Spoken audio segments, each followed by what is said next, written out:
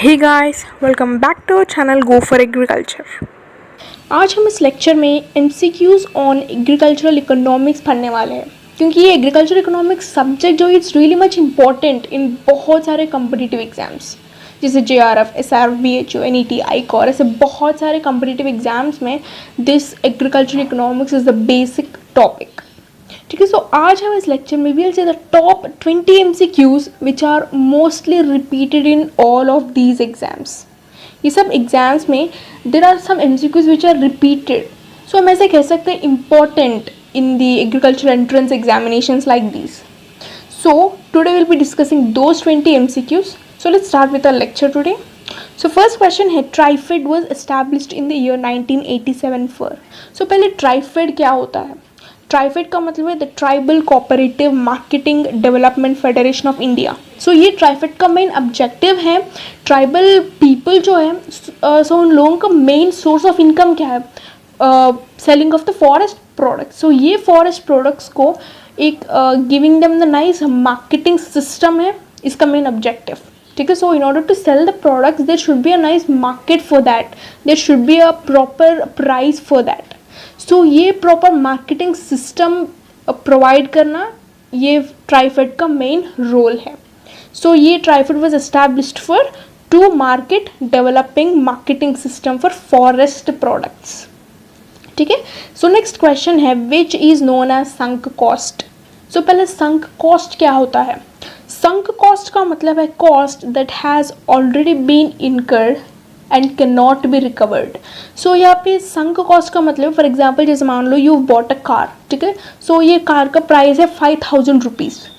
So you bought a car for 5000 rupees. So इसके बाद मतलब कार को परचेज करने के बाद ये तो तुम्हारा मर्जी है what you'll do with that, लेकिन यहाँ पे प्राइस जो है सेम ही रहेगा. अगर इफ़ यू डिस्ट्रॉय इट, अगर if you what is remodel it, इसका प्राइस जो है तो सेम ही रहेगा 5000. इसको हम संक कॉस्ट कहते हैं. They want be any change at all. ठीक है, सो दैट कॉस्ट जो है it can not be recovered, इसको हम संक कॉस्ट कहते हैं. सो ये संक कॉस्ट का दूसरा नाम है रेट्रोस्पेक्टिव कॉस्ट. ठीक है, sunk cost is also called as retrospective cost. Third है macro approach is a concept of. So पहले हमें पता है इकोनॉमिक्स में दो अप्रोचेस है, दो कॉन्सेप्ट्स है, माइक्रो इकोनॉमिक्स और macroeconomics. So microeconomics का मतलब क्या? Basically microeconomics is dedicated to a single individual या एक फर्म. ठीक है, एक फर्म या एक इंडिविजुअल का बिजनेस या प्रोडक्शन को मॉनिटर या प्रोडक्शन को अपडेट करना और स्टडी करना माइक्रो इकोनॉमिक्स का ऑब्जेक्टिव है. और मैक्रो इकोनॉमिक्स थोड़ा सा अलग है, जैसे group of individuals, group of firms. हम ऐसे कह सकते हैं कि एक नेशनल का इनकम. सो वो नेशनल का इनकम में क्या क्या आएगा? जैसे मैनेजमेंट, फार्म मैनेजमेंट आएगा, प्रोडक्शन इकोनॉमिक्स आएगा, एक मार्केट का डिमांड आएगा, हम ऐसे कह सकते हैं मार्केट सरप्लस आएगा. सो ये सब है मैक्रो इकोनॉमिकल अप्रोच है. माइक्रो इकोनॉमिकल अप्रोच में बस एक इंडिविजुअल या एक फर्म का स्टडी है. ठीक है, like what is the fixed cost of the particular company या what is the production cost of the particular company. अगर एक पर्टिकुलर कंपनी या एक पर्टिकुलर इंडिविजुअल का बिजनेस के बारे में बात कर रहे हैं, इसको माइक्रो इकोनॉमिकल अप्रोच कहते हैं. मैक्रो का मतलब ये तो ह्यूज थिंग है, जैसे नेशनल. ठीक है, एक नेशनल का इनकम देखेंगे, सो उसमें आएगा बहुत सारे कंपनीज का कॉस्ट ऑफ प्रोडक्शन, बहुत सारे कंपनीज का मार्केट. सो ये सब है मैक्रो इकोनॉमिकल अप्रोच. सो इसमें आएगा farm management of course, production economics, market surplus. So answer है ऑल द अबोव.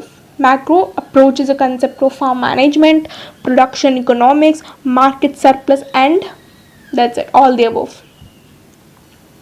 नेक्स्ट है land holding for marginal farmer. So basically marginal farmer का लैंड होल्डिंग होगा अप्रॉक्सीमेटली 1 हेक्टर जैसे होगा, 1 Hector. ठीक है, सो अगर हम 1 हेक्टर के बारे में बात करें सो एकर्स में it will be less than 2.5 acres. So answer है लेस दैन 2.5 एकर्स. ठीक है, नेक्स्ट है the theory of absolute advantages given by. So पहले थ्योरी ऑफ एब्सोल्यूट एडवांटेज क्या होता है? थ्योरी ऑफ एब्सोल्यूट एडवांटेज का मतलब it is the ability of an individual और फर्म, या फर्म का मतलब एक कंपनी. ठीक है, So ability of an individual or a firm to produce a good or service more efficiently than its competitors. ठीक है, सो आपको ये डेफिनेशन से ही पता चल रहा है कि its ability of a firm to produce a particular good more efficiently. इसमें मोर एफिशिएंटली का मतलब हम ऐसे कह सकते हैं मिशनरी, अच्छे मिशनरी को यूज़ करके और अच्छे लेबर्स को यूज़ करके वर्क को इंक्रीज करना, अल्टीमेटली प्रोडक्टिविटी को इंक्रीज करना. ये तो कंपटीशन है, more efficiently than its competitors. So ये एबिलिटी जो है इसको हम थियरी ऑफ एब्सोल्यूट एडवांटेज कहते हैं. It is given by a Scottish economist Adam Smith. So ultimately ये एमसीक्यू का आंसर है Smith. The theory of absolute advantage was given by Smith. Okay, next है in economics cash is working capital. So basically working capital क्या होता है? See, if you are running a business, so ये business run करने के लिए हमें capital चाहिए. सो मेन कैपिटल होगा इकोनॉमिक्स में इट्स अ कैश, क्योंकि ये मनी के वजह से ही ना the work will be done. ये मनी की वजह से you can pay your rent to the missionaries, और sorry you can pay your capital to the missionaries, you can pay your rent to the land, you can pay the wages to the labour. ये सब है cash की वजह से, इसलिए हम इसको वर्किंग कैपिटल कहते हैं. ठीक है, फिक्स्ड कैपिटल नहीं. फिक्स्ड कैपिटल का मतलब ये तो इसका कॉस्ट फिक्स्ड ही रहेगा, क्योंकि see when you are running an industry, अगर तुम्हें प्रोडक्टिविटी इंक्रीज करना चाहते हो, सो अगर तुम प्रोडक्टिविटी इंक्रीज करना चाहते हो इसका मतलब you have to appoint more labour, बहुत सारे मिशनरीज को खरीदना पड़ेगा. इसका मतलब कैश भी इंक्रीज होगा, means money you should spend will be more. So it's not a fixed capital, लेकिन इसको हम वर्किंग कैपिटल कह सकते हैं. ठीक है, so in economics cash is a working capital. Next the theory of inflation was given by AP Lerner. So पहला theory of inflation का मतलब है, फर्स्ट ऑफ ऑल इन्फ्लेशन क्या होता है? इन्फ्लेशन का मतलब है एक साइज जो है इसको इंक्रीज होना, इन्फ्लेशन है. जैसे फॉर एग्जांपल बलून है, ठीक है. So if you blow the air into the balloon, इसका साइज क्या होगा? इंक्रीज होगा. यो इंक्रीज जो है इसको हम इन्फ्लेशन कहते हैं. इन्फ्लेशन का मतलब इंक्रीज.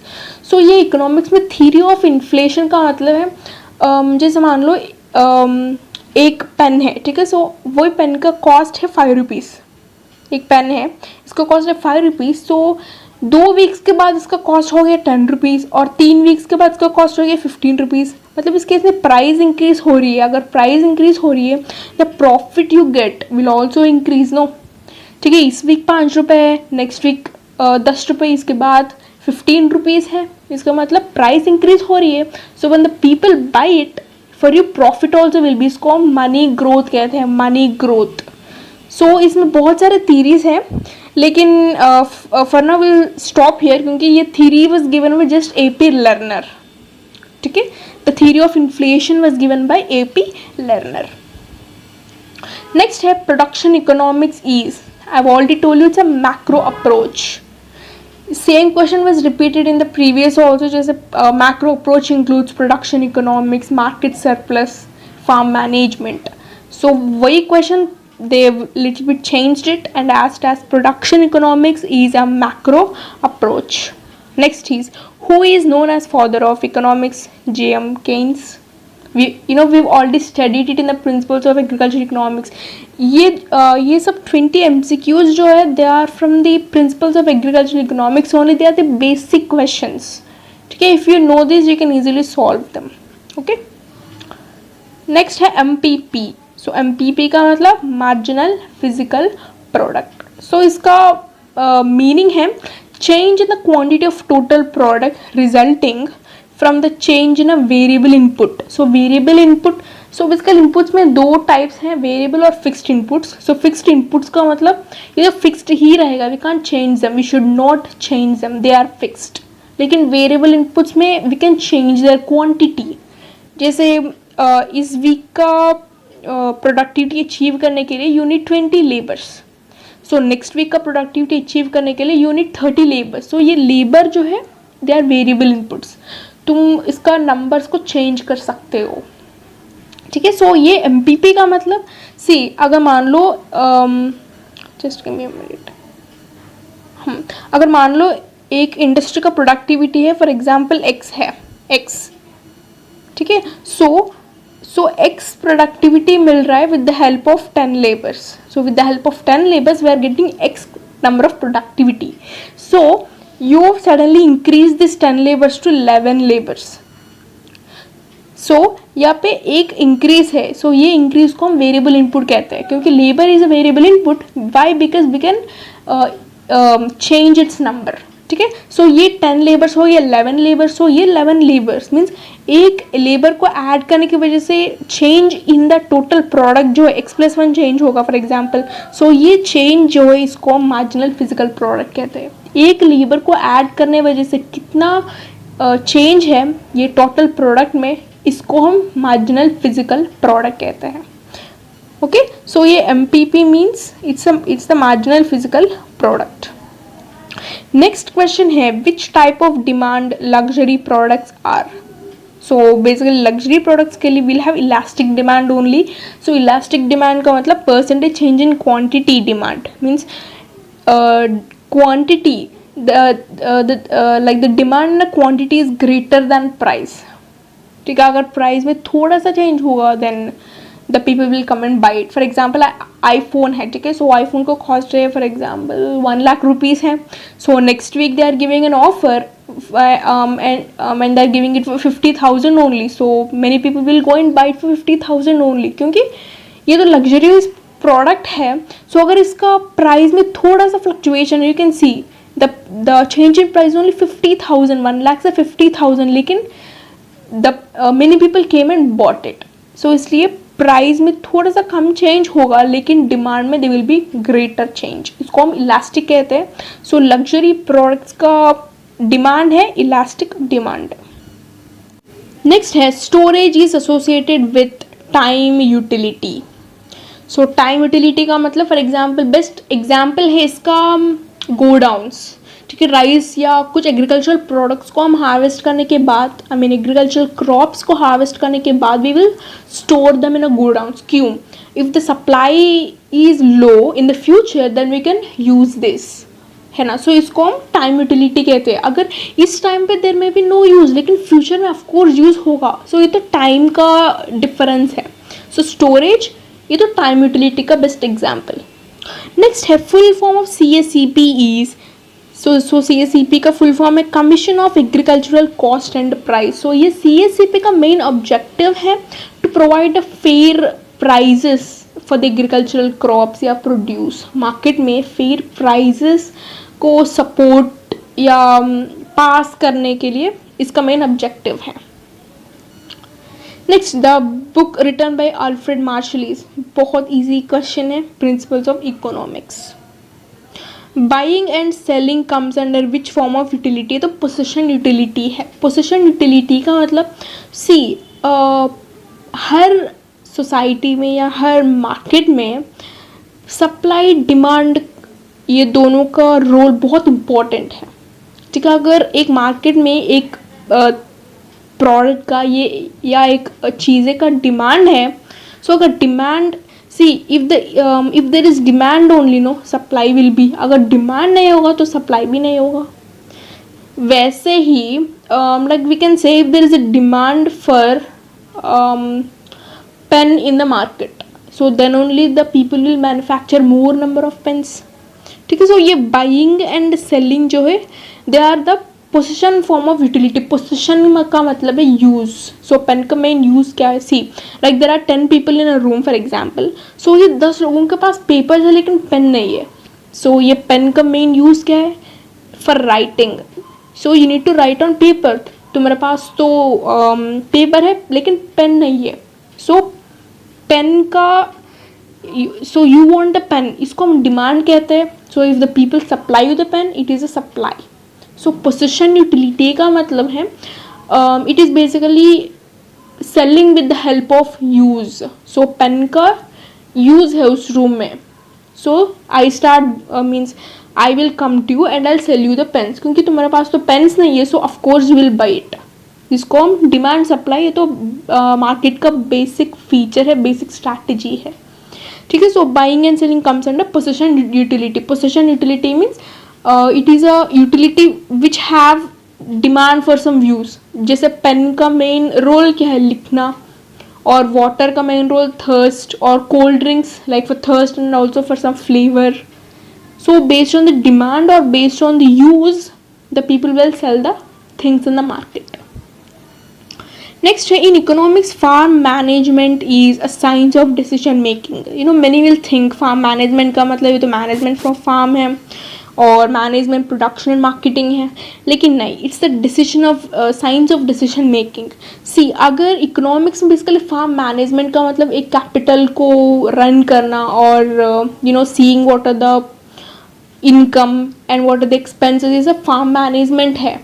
सो ये तो साइंस ऑफ डिसीजन मेकिंग. अगर इफ़ यू नो कि what are the expenses, what is the future income I will get, जैसे what is the future profit I will get, so इसके dependent you can make the decision I should do it और not. So तुम ऐसे decisions को ले सकते हो with the help of farm management. Okay, next fixed cost is also known as overhead cost. So basically fixed cost इसका दूसरा नाम है overhead cost. So इसका मतलब है expenses used for running a business. ठीक है. So fixed cost जो है they won't be changed at all. जैसे variable cost जैसे, so variable cost they can be changed, लेकिन fixed cost में change नहीं होगा, बिल्कुल नहीं होगा. They will be fixed. So fixed cost का दूसरा नाम है overhead cost. Next is the state farms are managed by government officials. Okay, so there will be some officials, we can say the extension officers भी हम कह सकते हैं. So these officials they will be run by the government, and these state farms will be under the control of government officials. Next, who is the price taker. Price taker का मतलब है, sorry यहाँ पे दो terms है, price taker और price maker. Price maker का मतलब बंदा हु फिक्सेस द प्राइस. जैसे एक शॉप है, शॉप में शॉपकीपर होगा और कस्टमर होगा. Shopkeeper is the price maker because he is the one who fixes the price. Customer is the price taker, he have to accept that price. ठीक है. So now tell me who is the price taker. हम economics के बारे में बात कर रहे हैं, इसलिए इट्स अ फार्मर. ठीक है, क्योंकि ऑप्शंस में कस्टमर भी है, हाँ कस्टमर भी हम कह सकते हैं, लेकिन ये तो इकोनॉमिक्स है. फार्म मैनेजमेंट में of course it will be a farmer, क्योंकि इस केस में see when the farmer sells his products in the market, so market ने वो जो लोग जो है who will buy them, so how much price those people will give the farmer, farmer should accept it. ठीक है, farmer को accept करना ही पड़ेगा. He can't argue with them, मुझे इतने पैसे दे दो, this much you give. No, farmer should accept it. So इसलिए इस केस में फार्मर. ठीक है. सो प्राइस टेकर है फार्मर. लास्ट है farm budgets are used for analysing the profitability और unprofitability of the farm practices and analysing profitability of factors. So farm practices क्या होता है, फॉर एग्जाम्पल एक क्रॉप ग्रो कर रहे हो, इसमें प्रैक्टिसेस का मतलब सब मैनेजमेंट प्रैक्टिसेस हैं. ठीक है. वैसे ही फैक्टर्स क्या होता है, फैक्टर्स मतलब वो to include that farm management practices, उसमें फैक्टर्स तुम जो इंक्लूड कर रहे हो इसको फैक्टर्स कहते हैं. ठीक है. सो फार्म मैनेजमेंट का मतलब group of factors. So farm budget का मेन रोल है प्रॉफिटेबिलिटी को हम चेक कर सकते हैं एज अ होल, हम ऐसे कह सकते हैं to check the profitability, इसलिए option A and B. So guys, this is it. These are the 20 important MCQs of agricultural economics. So again I'm telling you, these are the most important ones because these are mostly repeating in many of the competitive exams as listed above, JRF, BHU, ICAR, etc. So thank you for watching guys. If you have any queries you can ask us on our Instagram page or you can post in the comment section also. You can download this PPT from our Telegram channel Go for Agriculture, and thank you for watching. Take care. Bye bye.